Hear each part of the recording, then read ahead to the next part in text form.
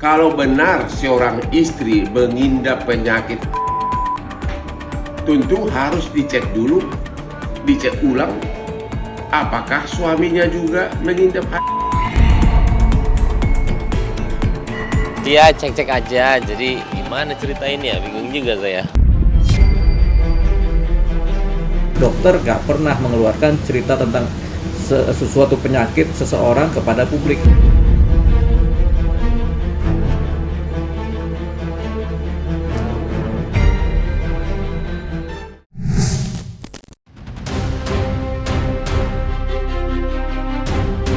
Usai bercerai dari Baim Wong, aktris sekaligus mantan model Paula Verhoeven belakangan ini namanya tidak pernah sepi dari pemberitaan dan pembicaraan banyak orang.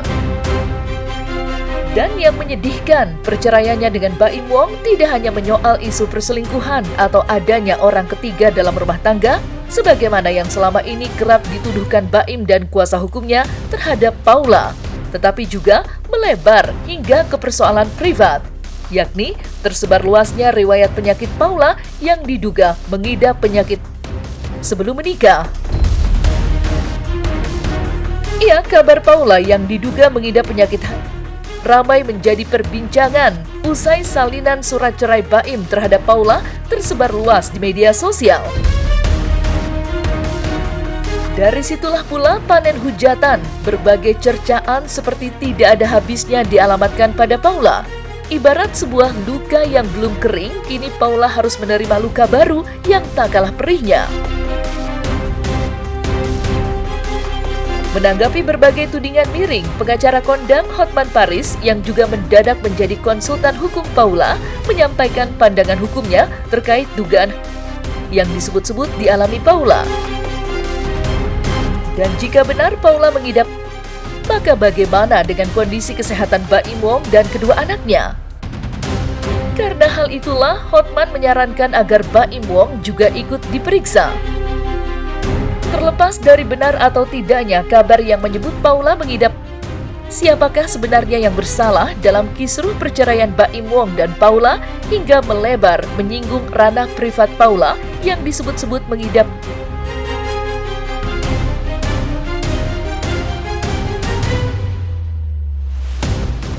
Kalau benar seorang istri mengidap penyakit, tentu harus dicek dulu, dicek ulang, apakah suaminya juga mengidap. Karena sebagai suami istri tentu sering campur, baik kontak fisik maupun kontak lain-lain. Jadi sekali lagi, jangan hanya menggosipkan tentang si orang istri yang kena. Justru sangat penting segera diperiksa. Suami juga harus segera diperiksa apakah benar dia mengidap. Jangan-jangan dari siapa itu duluan? Apakah dari istri atau dari suami? Kita nggak tahu. Tapi yang pasti karena suami istri satu rumah dan mungkin juga ada kontak fisik maupun kontak di ranjang maupun di mana-mana, atau kalau istri kena, kemungkinan besar suami juga akan kena, kemungkinan besar. Jadi ada baiknya si suami segera mengecek kesehatannya ke dokter, cek ke lab untuk tidak membahayakan orang. Yang Mas Baim itu gimana Mas Baim tanggapannya? Ya, kita omongin premier aja. Tapi Mas, tapi itu bener gak sih? Gak sih Mas? Kabar itu Mas? Iya, cek-cek aja. Jadi gimana ceritainnya? Bingung juga saya. Ya, saya berangkat ke Penang, salah satu rumah sakit yang paling percaya untuk medical check up di mana, Singapura dan Penang. Indonesia pun juga ada, cuman mereka banyak yang bilang itu. Akhirnya ya udah, saya berangkat. Dan hasilnya nggak ada. Saya manusia biasa ya. Saya tidak luput dari kesalahan. Saya juga bukan istri yang sempurna, tapi dalam pernikahan saya sudah berusaha semaksimal saya untuk menjadi lebih baik dan juga memperbaiki diri terus gitu. Tapi kembali lagi itu semua tidak bisa saya kontrol. Majelis berpendapat bahwa ada sesuatu yang menyebabkan termohon mempunyai penyakit yang kritis seperti itu. Dan itu artinya masih bisa disembuhkan, Bang? tidak mungkin bisa disembuhkan. Berdasarkan teori tidak bisa. Kalau kita bicara penyakit ini kan bicara privasi. Tapi kalau kita bicara isu kan berarti rumor. Kalau rumor itu memang nggak perlu kita tanggapi atau isu. Karena sesuatu berita yang tidak jelas keberadaannya itu kemudian nggak efektif kalau untuk ditanggapi. Jadi kita anggap bahwasannya itu tidak ada. Bahwasannya apakah ada si Paula? Kita langsung jawab tidak ada. Kenapa? Karena yang sifatnya penyakit itu nggak bisa kemudian diumbar-umbar. Itu yang pertama. Dokter pun nggak akan berani menceritakan penyakit seseorang itu. Apalagi ini kemudian dijadikan isu. Jadi ya kalau dokter sendiri nggak berani mengeluarkan dokumen-dokumen tentang penyakit, terus isu ini dapat dari mana? Apakah dari dokter ataukah dari rumah sakit? Kan jawabannya tidak. Berarti kan isu ini kan isu bohong. Isu bohong yang coba disebar-sebar luaskan. Tujuannya untuk mendiskreditkan seseorang ya. Nah, jadi nggak ada itu kalau menurut kita seorang Paula kemudian punya penyakit nggak ada. Dokter nggak pernah mengeluarkan cerita tentang sesuatu penyakit seseorang kepada publik, itu nggak pernah ada.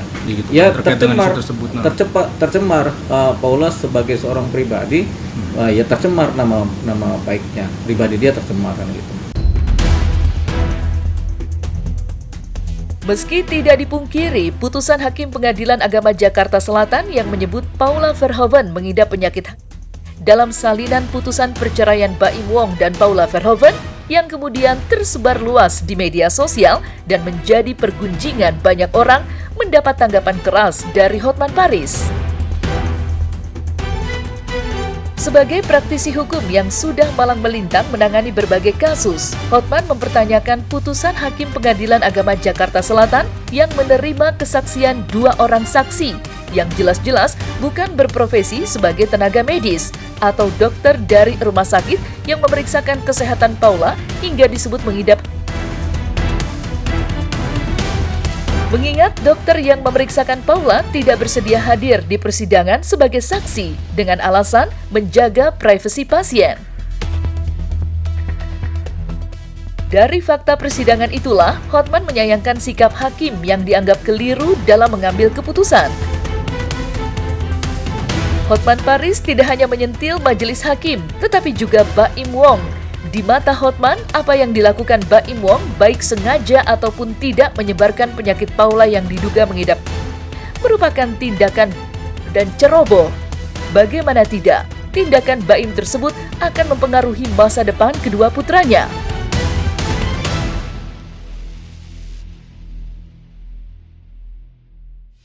Apakah majelis hakim dalam perkara perceraian bisa dalam pertimbangan hukumnya menerima kesaksian 2 saksi yang bukan ahli medis, bukan dokter, yang mana dalam pertimbangan hukumnya ikut menyetujui bahwa memang si istri ini kena penyakit padahal dokter yang disebut-sebut sebagai yang melakukan pemeriksaan medis maupun rumah sakit tidak ada yang mau hadir jadi saksi. Jadi hanya murni kesaksian dari 2 orang non medis. Yang kedua, apakah dapat dibenarkan seorang suami yang sudah mempunyai anak dengan istrinya, ya, dibenarkan membuat pengakuan dalam persidangan perceraian mengatakan bahwa istrinya itu sudah mengidap sebelum nikah? Bagaimana masa depan anak-anaknya? Ya, bagaimana nanti sesudah anaknya mau nikah? Apakah calon mertuanya mau bahwa anaknya itu nikah dengan seorang ibu yang dianggap berpenyakit? Bagaimana nanti perlakuan teman-teman sekolahnya kepada anaknya? Kalau teman-teman sekolah membaca berita dan postingan-postingan dari seorang bapak yang menyatakan bahwa ibu dari 2 anaknya ini telah mengidap HIV sebelum nikah. Dia tidak punya hak menilai karena ini sudah terbukti. Jadi ini sudah terbukti secara sempurna. Jadi saya itu selalu dengan data, saya selalu dengan bukti. Tidak mungkin saya menyampaikan sesuatu tanpa adanya bukti. Apakah itu menolak? Itu harus ahli yang menjelaskan nanti. Ahlinya juga sudah dipanggil, dokternya juga sudah dipanggil dan sebagainya. Tapi ada jawaban daripada dokter tersebut itu justru membuktikan di dalam pertimbangan. Sebentar, izin saya membacakan supaya saya tidak salah.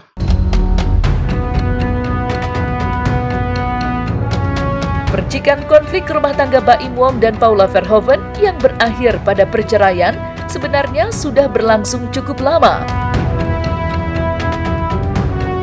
Komunikasi yang buruk antara keduanya menyebabkan berbagai permasalahan yang terjadi membuat hubungan keduanya semakin merenggang. Paula sendiri mengakui hubungannya dengan Baim mulai memburuk sejak 8 bulan setelah pernikahan. Meski begitu, Paula terus berbenah dan introspeksi diri untuk menjadi istri yang sebagaimana mestinya. Sayangnya, setelah 6 tahun menikah dan dikaruniai 2 anak, upaya Paula menjaga rumah tangganya berakhir kandas usai Baim menjatuhkan talak sebelum menggugat cerai ke pengadilan. 5 bulan lamanya, Paula berusaha mempertahankan rumah tangganya demi masa depan anak-anak. Namun Baim tetap pada pendiriannya, yakni menceraikannya dengan alasan yang membuat Paula menjadi hujatan orang se-Indonesia.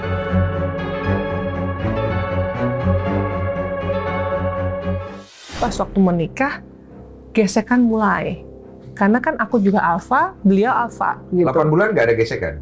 Nggak ada. Sebelum menikah? Manis banget, iya. Begitu nikah mulai ada gesekan? Iya, karena kan baru tinggal bareng, terus baru tahu karakter masing-masing dari situ. Dan aku paham sekali gitu. Dan aku yakin, aku juga bukan manusia sempurna dan istri sempurna, enggak. Tapi aku mau belajar. Maka aku bilang, tolong bimbing aku.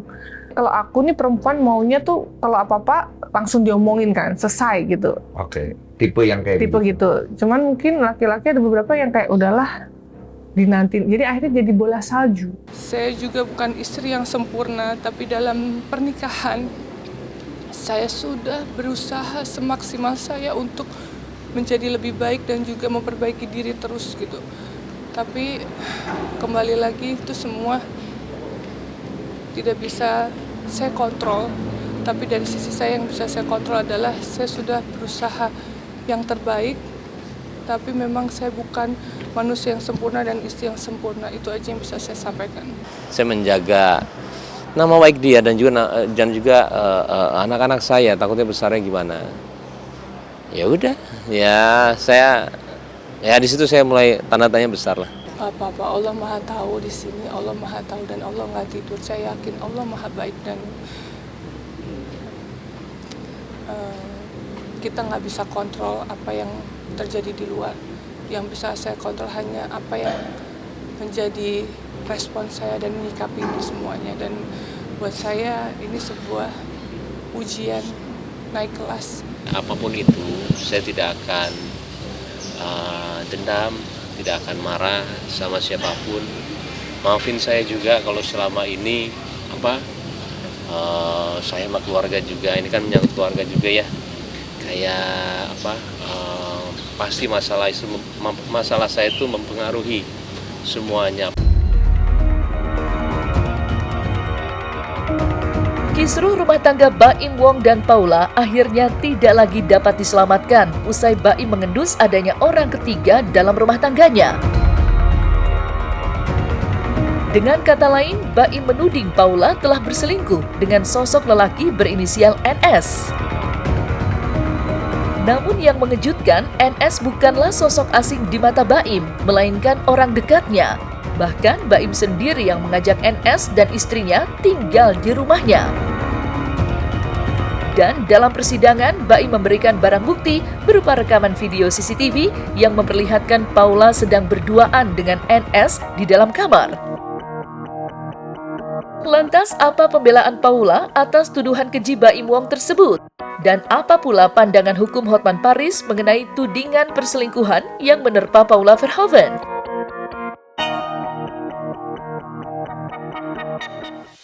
Kondisi itu laki-laki ini bisa masuk di dalam rumah itu atas izin mantan suami saya, gitu. Oke. karena kita tuh berteman, mereka berteman puluhan tahun, udah seperti saudara. Kenapa orang ini bisa terlibat dalam hubungan kami? Karena memang sudah dilibatkan sejak awal. Jadi siapa misalnya kita lagi berantem, orang ini adalah penengah. Saya akui di situ kan ada kabar isunya adalah bukan muhrim segala macam. Gini loh Mas ini, aku ini memang sedang belajar. Saya makanya nggak tahu banget ilmu agama. Saya sedang belajar. Saya juga baru memakai hijab tahun lalu di bulan Maret setelah umroh. Tapi katanya saya tanya Paula, dalam persidangan tidak ada bukti perzinahan itu. Jadi begitu saya posting itu, Paula chat saya mengucapkan terima kasih karena memang dia tunggu-tunggu komentar seperti itu yang diterima oleh para hakim, yang mungkin diterima oleh para hakim. Dan saya tanya lagi sama Paula, benar nggak sih ada perzinahan? Nah, ya terus bukti apa yang diajukan, ya kan? Bagi Bang Hotman, ini saya baca chatnya Paula ya. Bagi Bang Hotman, bukti selingkuh tidak ada. Bukti CCTV di rumah sedang ngobrol. Ada ngobrol di meja makan, di kamar tamu, saya berang kamar utama, tapi posisi duduk berjauhan dan pintu tidak terkunci. Jadi sekali lagi, tidak ada CCTV yang melihat ada atau karena di undang-undang itu syarat perzinahan itu berat, harus ada saksi, harus ada bukti bahwa terjadi persetubuhan. Itu tidak ada. Terus katanya ada asisten dia yang kayaknya berkhianat, bocorkan isi WA cowok itu yang isinya ada kata kangen. Ya, tapi kan kata kangen kan bukan perzinahan. Hotman kirim kata kangen kepada ribuan wanita.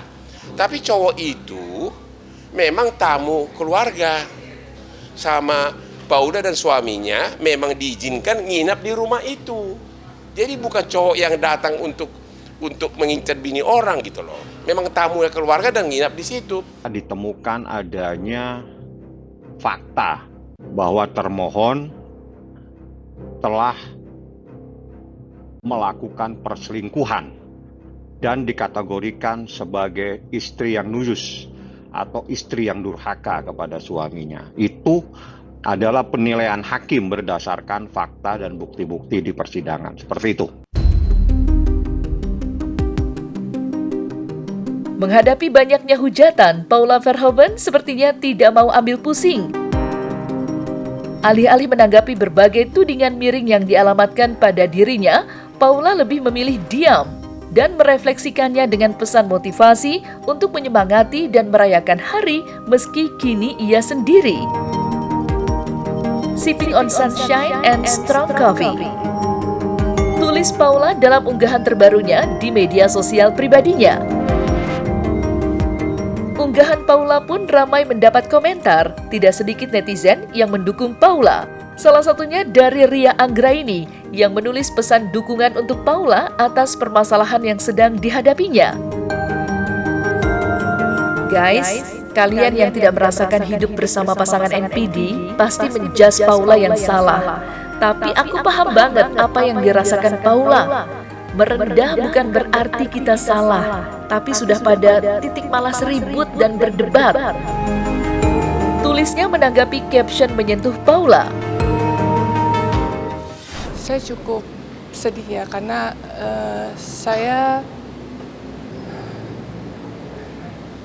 menurut saya ini fitnah ini sudah terlalu jauh ya, udah terlalu jauh, dan di sini saya punya 2 anak laki-laki.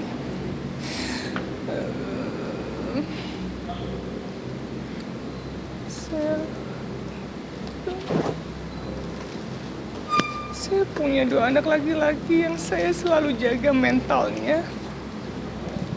Mereka akan tumbuh besar melihat pemberitaan ini yang cukup masif.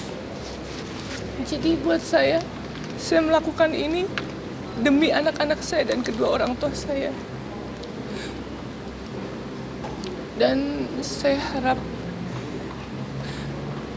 harap semuanya, apa yang saya ucapkan ini bisa saya pertanggungjawabkan di akhirat. Ini saya lakukan demi menjaga mentalitas anak-anak saya yang masih kecil, yang nantinya mereka beranjak dewasa bisa mengakses semua berita tentang ibunya. Dan saya harap di sini saya berdiri untuk seorang ibu yang melindungi anak-anak saya gitu. Jadi saya berharap kalian semua mengerti. Ada indikasi-indikasi penggiringan opini yang kurang baik. Nah, oleh karena itu tunjukkan prestasi dan berdiri tegak berdasarkan kemampuan diri. Kalau berdasarkan pandangan saya pribadi sebagai seorang wanita yang juga pernah menjadi seorang istri, rumah tangga itu kan pemimpinnya adalah suami. Jadi kalau sampai ada rumah tangga yang bercerai, sebenarnya yang harus disalahkan ya suami. Karena kan di mana-mana pemimpin yang bertanggung jawab gitu. Kalau misal ada kesalahan pada istri tidak patuh atau apalah, berarti ada pertanyaan besar bagaimana cara suami dalam mendidik dia. Jika ada seorang istri yang mungkin suka berontak atau mungkin suka marah, yang harus dievaluasi pertama adalah suami. Apakah dia tidak memenuhi haknya? Apakah dia tidak memenuhi hak istri? Kenapa si istri bisa sampai seperti itu? Jangan sampai kita menyalahkan 100% pada si istri. Karena pemimpin itu sejatinya adalah seorang suami, laki-laki. Jadi kalau sampai ada rumah tangga yang bercerai, sampai ada keributan yang luar biasa, yang harus mengevaluasi diri, introspeksi diri pertama, itu adalah suami.